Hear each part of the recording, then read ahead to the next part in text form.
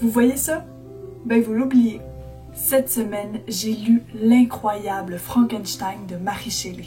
Tout le monde connaît l'histoire de ce monstre sanguinaire, de cette espèce de zombie créé de toutes pièces par un savant fou dans un laboratoire. Et puis là, il va crier « ça !» Sauf qu'en fait, non. Vraiment pas. L'imaginaire collectif s'est nourri et a nourri le mythe de Frankenstein depuis de nombreuses années et au final, ça a créé un résultat très éloigné de l'œuvre originelle. C'est d'ailleurs pour ça que je recommande à tous ceux qui détestent Frankenstein de lire Frankenstein. Le récit commence avec un explorateur parti dans le Grand Nord pour faire des recherches. Mais il va tomber sur un homme échoué au milieu de la glace. Et cet homme, ça va être le fameux Victor Frankenstein qui va lui raconter comment il a créé l'instrument de sa propre paix. Ce roman est connu pour être l'un des précurseurs du genre de la science-fiction. On se retrouve non pas avec des éléments fantastiques, mais bien avec des faits, certes pas super communs, mais qui s'expliquent par la science. Et comme pour tout bon livre de science-fiction, on se retrouve avec des questionnements sur l'humain et sur ses créations.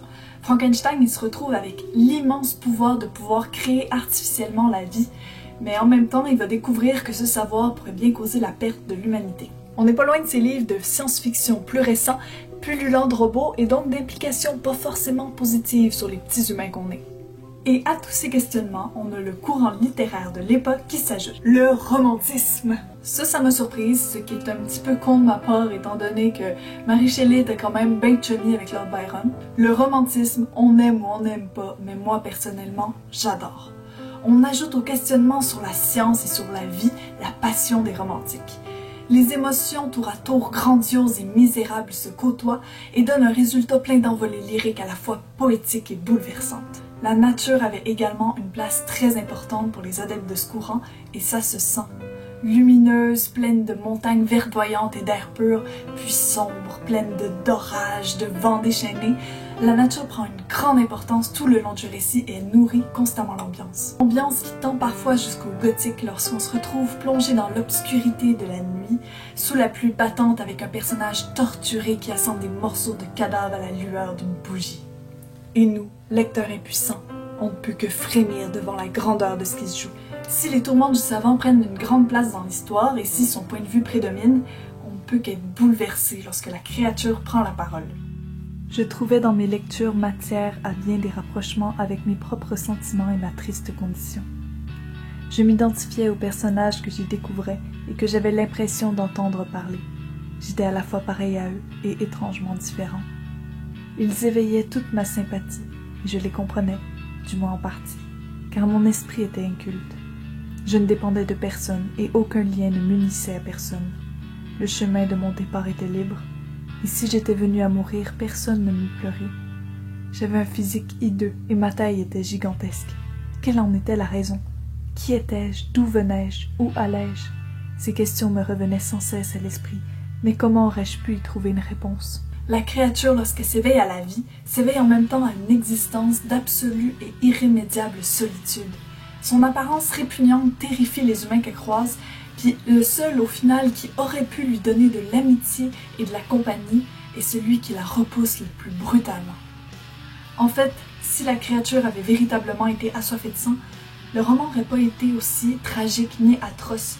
C'est sa sensibilité et son intelligence même qui sont la cause de son drame. Elle peut juste pas supporter une existence dans le dégoût absolu, éloignée à jamais de ce que de bon chez l'homme. C'est un être dévasté par le plus profond désespoir et par la faim la plus insatiable qui soit. Il y a un passage tout particulièrement où la créature parle du moment où elle a commencé à s'instruire et à comprendre le monde dans lequel elle était. Mais ce savoir s'accompagne également d'une grande souffrance, parce qu'en voyant son monde s'élargir et s'éclaircir, elle se retrouve davantage plongée dans l'obscurité. Le développement de mes connaissances me révélait plus clairement encore quel misérable paria j'étais. Je l'avoue, j'ai pas pu m'empêcher de faire le lien avec Martin Eden. Au final, ce qui fait de la créature un être horrible, c'est son humanité, pas sa monstruosité. L'erreur de Frankenstein, c'était pas d'essayer de créer un être vivant, mais de le créer, ou en tout cas d'essayer, à son image. En lui donnant forme et existence humaine, il s'est en quelque sorte pris pour Dieu. Mais le savant, imparfait, ne pouvait que donner une créature imparfaite. Finalement, ces deux êtres sont le reflet l'un de l'autre, mais ils sont le reflet de leur propre perte. Frankenstein, en regardant la créature, il voit sa plus cruelle erreur, et la créature, en regardant Frankenstein, voit ce qu'elle pourra jamais être. Frankenstein est une œuvre qui fait frémir et réfléchir à la fois. Les interprétations et les analyses possibles me semblent infinies, mais ce qui m'a le plus plu en lisant ce livre, c'est les émotions qu'il m'a fait vivre. Colère, impuissance, désespoir, pitié, rien n'est épargné à nos personnages. Et c'est ce qui en fait un récit profondément touchant.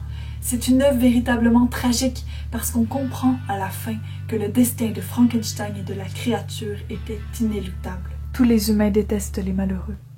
Combien dois-je être haï, moi qui suis la plus malheureuse d'entre toutes les créatures vivantes? Et voilà!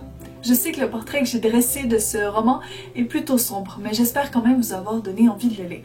C'était mon premier coup de cœur de 2018 et j'avais super hâte de vous en parler. Pour l'année 2018, je vous souhaite plein de beaux coups de cœur. Si ça se trouve, il y en a déjà, et je vous retrouve la semaine prochaine. Au revoir!